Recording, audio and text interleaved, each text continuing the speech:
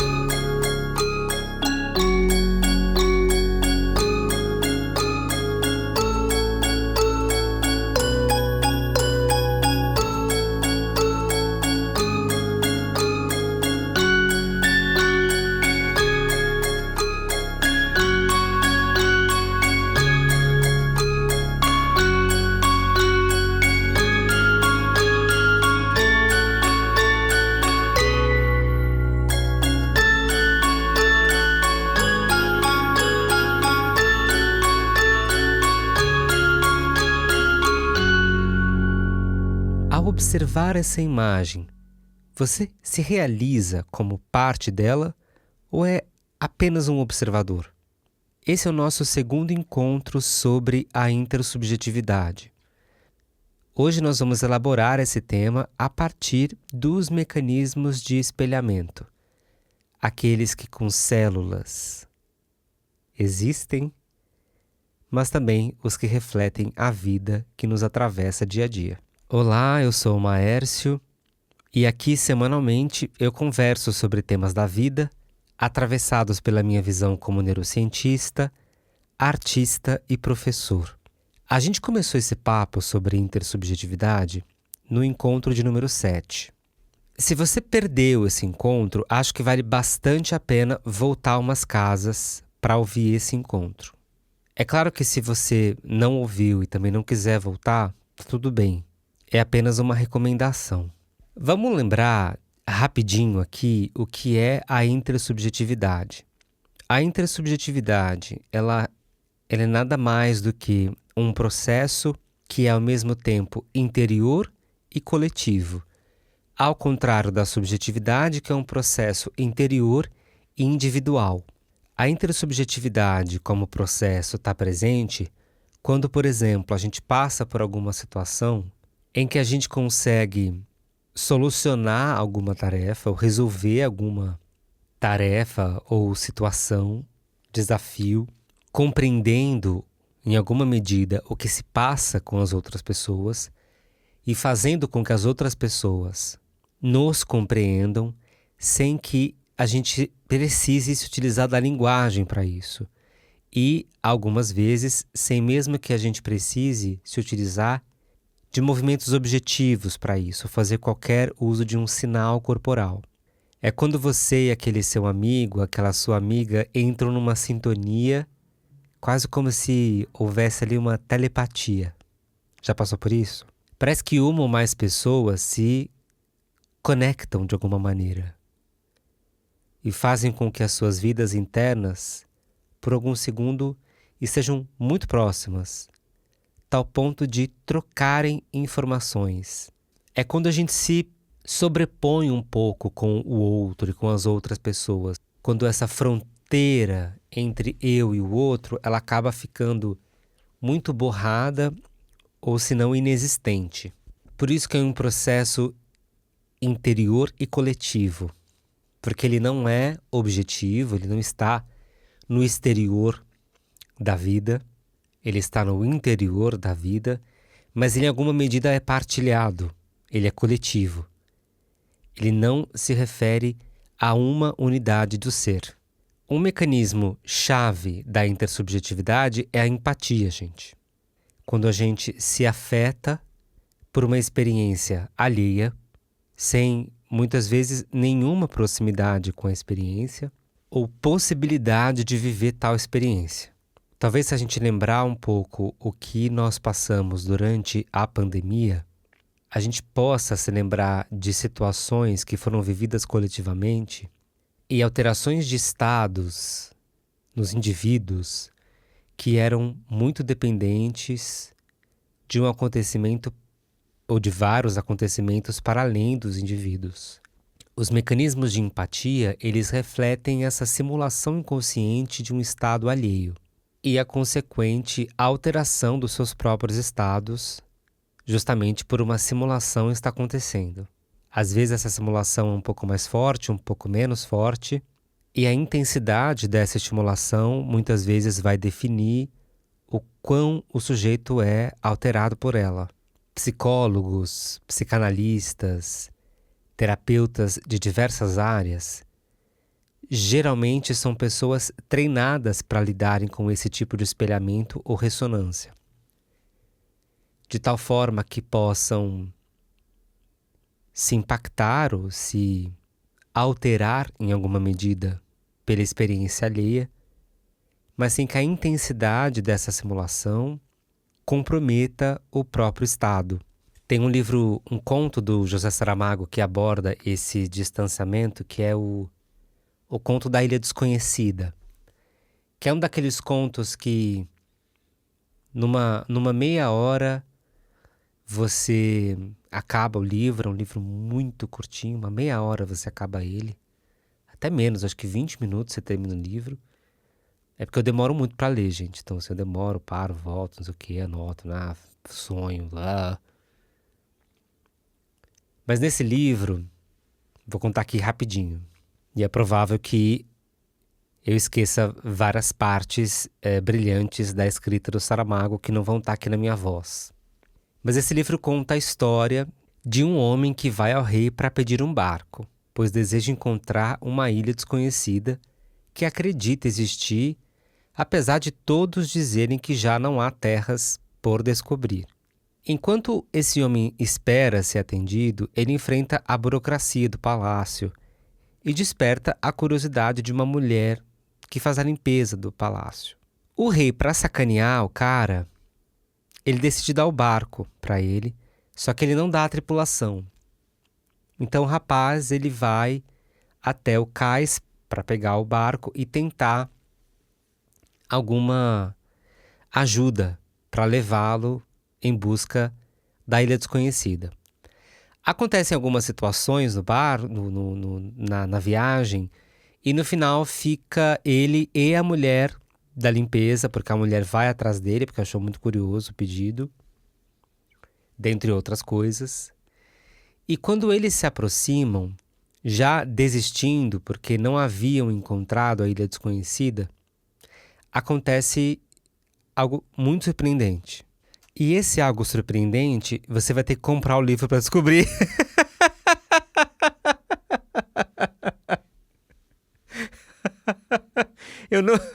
Eu não vou contar, gente, porque assim, custa R$14 o Kindle. Eu tô com o site da Amazon aberto aqui. Com R$14 você compra esse livro e é uma leitura que vai fazer diferença. Brincadeiras à parte, o final fala sobre distanciamento e sobre como a gente pode enxergar coisas que nós não enxergamos quando estamos completamente inebriados pela situação. Voltando aqui ao nosso papo, a gente falava dos mecanismos de espelhamento de empatia, puxando aqui o braço da intersubjetividade. Se a gente voltar para a imagem inicial desse encontro lá do cruzamento, aquele exercício de imaginação do cruzamento, não é tão simples a gente conceber que uma situação que a gente observa é dependente da nossa existência, que a nossa observação da própria cena, em alguma medida, é ativa, ou só existe porque eu também existo. Uma cena observada não é independente da minha existência, porque afinal eu componho essa cena e componho outras observações possíveis porque a minha existência e ação existem. Parece um caminho um pouco circular, mas a ideia aqui é que, em alguma medida, os processos intersubjetivos fazem com que o contato com o outro e a existência da experiência em relação retome alguma importância da nossa própria existência, já que ela possibilita a própria relação. Faz sentido isso? Vamos imaginar que você está me ouvindo agora e eu estou aqui gravando essa conversa. É diferente eu gravar essa conversa só lendo o meu roteiro aqui e não pensar que eu estou com alguém e que alguém vai me ouvir, mesmo que seja uma pessoa. Talvez eu esteja forçando um pouco a barra com esse exemplo aqui, mas é só para a gente elaborar que esse interior coletivo não só coloca o outro como necessário, mas retoma a necessidade de nós mesmos na relação com o outro. E se isso não for importante, eu não sei o que é importante nesse mundo.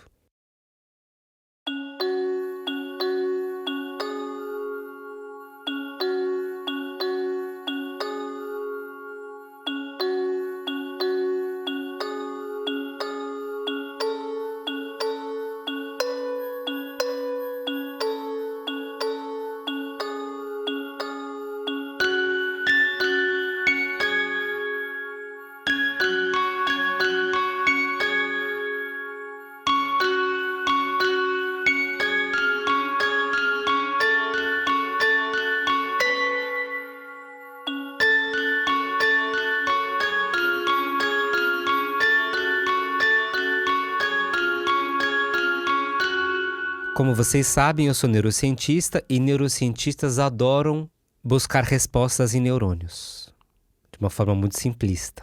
Então vamos falar de neurônio aqui, ou de uma categoria de neurônios chamados neurônios espelho.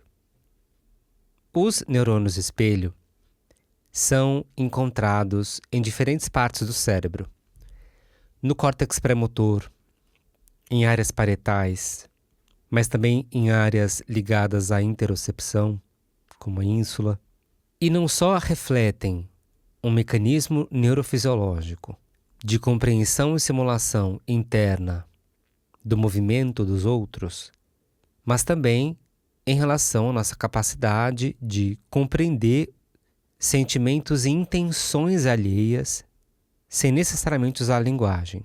É assim, por exemplo, que nós somos, então, biologicamente preparados para ter reações nas nossas vísceras às ações das outras pessoas, aos acidentes, por exemplo, às emoções dos outros. Ou seja, de alguma maneira, interiorizar o que acontece coletivamente. Ou seja, de alguma maneira, os neurônios espelho estão presentes ou justificam neurobiologicamente o processo intersubjetivo. Por meio dos neurônios espelho, nós imitamos ou ensaiamos, de uma forma automática e não consciente, as ações que nós observamos. Os neurônios espelho também disparam ou se ativam ao ouvir sons, por exemplo, associados a experiências prévias vividas. Quando escutamos frases que descrevem ações, os mesmos neurônios espelhos são ativados, como se o sujeito tivesse realizado ou testemunhado essas ações. Agora, nas Olimpíadas de Inverno, também pipocou de novo um monte de imagem de atleta trabalhando imagética motora, visualização interna. Quando a gente imagina também, em alguma medida, os neurônios espelho possibilitam esses processos de imaginação e pré-ação, como esse ensaio mental de uma ação a ser desempenhada em breve. Os neurônios espelho, eles desempenham um papel fundamental na percepção das intenções das outras pessoas. E aqui, intenção, para a neurociência, tem dois significados possíveis. Um é o mais coloquial, que é a intenção como subtexto, ou como esse preenchimento de uma ação. O outro, que é menos conhecido, que é a intenção como a decisão não consciente de agir, o momento em que se decide agir e não tem mais volta. Tem uma imagem, o meu irmão, ele é piloto de avião. E aí tem uma coisa que eu acho bárbara do avião, às vezes eu converso isso com ele, que o avião, ele tem um momento da aceleração, quando ele vai levantar voo. Ele tem um momento da aceleração, pessoas apaixonadas por aviação, eu sou um ignorante nesse tema, então me perdoem. Mas tem um momento da aceleração do avião, que eu acho que é ver alguma coisa a uma velocidade muito rápida, que o avião ele tem que levantar voo. Não dá para frear porque não tem pista, então não tem volta. Dali não tem volta, dali tem que voar. Esse momento que tem que voar é o que a gente chama de intenção na cognição motora. É esse momento que não tem volta, vai agir. É o momento que o sistema, pum, abriu todas as comportas para que o movimento aconteça. É a decisão não consciente em agir quando não tem mais volta. É claro que você pode barrar o movimento depois, o avião pode dar a volta e tentar fazer o pouso. Mas você vai ter feito o movimento, o avião vai ter subido. Nesse sentido, os neurônios espelho participam mais da noção de preenchimento, de subtexto, de significação de uma ação, por exemplo. Porque eles vão ali simular estados internos e a simulação desses estados internos vão ser suficientes para que se faça uma leitura do que é observado. Mas veja, é um processo interno e coletivo. Você acessa o outro acessando a si mesmo. Esse é o ponto. O Daniel Stern foi um psiquiatra americano que faleceu, se não me engano, em 2012. E ele abordou o tema da intersubjetividade e suas influências na clínica e no desenvolvimento humano. Ele descreve o contato intersubjetivo como ocorrendo quando duas pessoas experienciam, mesmo por um momento, aproximadamente a mesma paisagem mental. Ele aponta que essa é uma força motivacional primária, capaz de criar condições favoráveis à formação de vínculos. Portanto, o cérebro humano ele não pode ter o seu potencial plenamente realizado isoladamente. Ele precisa tornar-se parte de uma rede antes que suas características possam se expressar. Estou tomando o cérebro aqui como exemplo, mas o corpo como um todo, né? Corpo e cérebro e corpo. Como parte disso, a intersubjetividade ela contribuiu para a sobrevivência da espécie, pois ela ajudou e ainda ajuda a promover a formação de grupos, ou essa coesão, alguma coesão, né, gente? Entre pessoas. Agora, é interessante a gente falar de alguma coesão, porque a gente passa por um momento já há algum tempo, de várias dificuldades, né, de encontrar a nossa praça.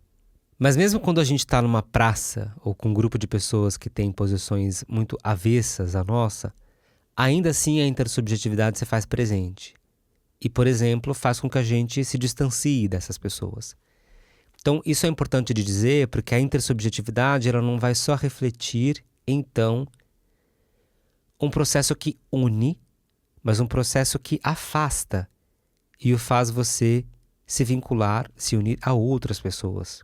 Então, talvez o recado aqui maior desse encontro de hoje seja a gente pensar a observação em relação com o outro a partir da relação e observação com nós mesmos. Portanto, esse espelhamento do mundo e do outro que nasce da nossa própria existência, que não existiria sem nós mesmos. Portanto, olhar o mundo, olhar o outro é olhar a si próprio. É acessar internamente o coletivo e o indivíduo em uma troca mútua. Vejam que essas separações entre subjetividade e intersubjetividade São separações didáticas. A gente separa para entender um pouco mais o processo, mas elas só fazem sentido juntas. A gente não pode esquecer que existe um processo individual e interno, que é a subjetividade, que está indissociada de um processo que é individual e coletivo, a intersubjetividade. Portanto, o recado de hoje é esse. Da próxima vez que você parar para ver o cruzamento acelerado na sua cidade, ou mesmo for observar qualquer situação cotidiana na sua vida, lembre-se que essa situação só existe porque você existe. E ao ler o mundo, ao ler essa situação, você lê a si próprio. E que a leitura do mundo em si, em alguma medida, é uma leitura de si mesmo. O podcast Deixa Mover é uma produção independente. Se você acredita no que acabou de ouvir, compartilhe com seus amigos, colegas de trabalho e família. Assim você contribui para o crescimento do projeto e faz com que ele encontre mais pessoas. Não esquece de curtir a gente, deixar 5 estrelas aqui na plataforma que você está ouvindo, ou o seu curtir, comentário, deixa algum rastro. Nos vemos no próximo encontro.